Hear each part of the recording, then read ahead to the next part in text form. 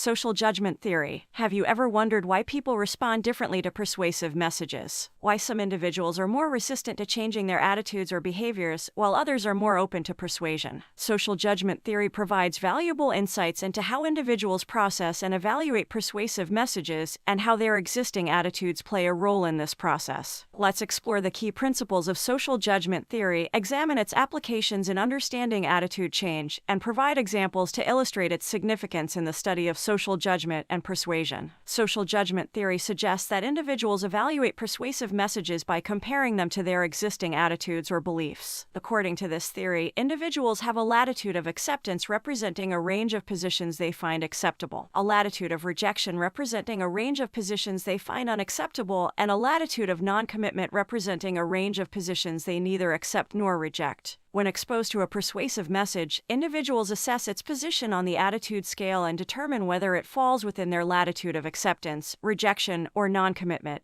One key concept in social judgment theory is the anchor position. The anchor position represents an individual's most preferred or strongly held attitude on a particular issue. Messages that fall close to the anchor position are more likely to be perceived as acceptable and persuasive, while messages that fall further away from the anchor position are more likely to be perceived as unacceptable and less persuasive. This phenomenon is known as the contrast effect. Another important aspect of social judgment theory is the concept of ego involvement. Ego involvement refers to the personal relevance or importance of an issue to an individual's self-concept. When individuals are highly ego-involved in an issue, they are more likely to have a narrow latitude of acceptance and a broader latitude of rejection. This means they are less receptive to messages that challenge their existing beliefs and more likely to engage in biased processing, such as selective attention and interpretation, to protect their ego-related attitudes. The applications of social judgment theory can be observed in various domains, including advertising, politics, and public health campaigns. Advertisers, for example, use social judgment theory to tailor their messages to target audiences by considering their existing attitudes and adjusting the message position to fall within their latitude of acceptance. Political campaigns also utilize this theory to develop persuasive messages that resonate with the attitudes and values of specific voter groups. To illustrate the concept of social judgment theory, let's consider an example of a public health campaign aimed at promoting healthy eating habits. Suppose the campaign's message advocates for reducing sugar consumption in order to improve overall health. Individuals who already have a strong commitment to healthy eating and low sugar intake are more likely to perceive the message as falling within their latitude of acceptance. They may find the message persuasive and be motivated to take action. On the other hand, individuals who have a strong preference for sugary foods and are less concerned about healthy eating may perceive the message as falling within their latitude of rejection and thus be less likely to be persuaded by it.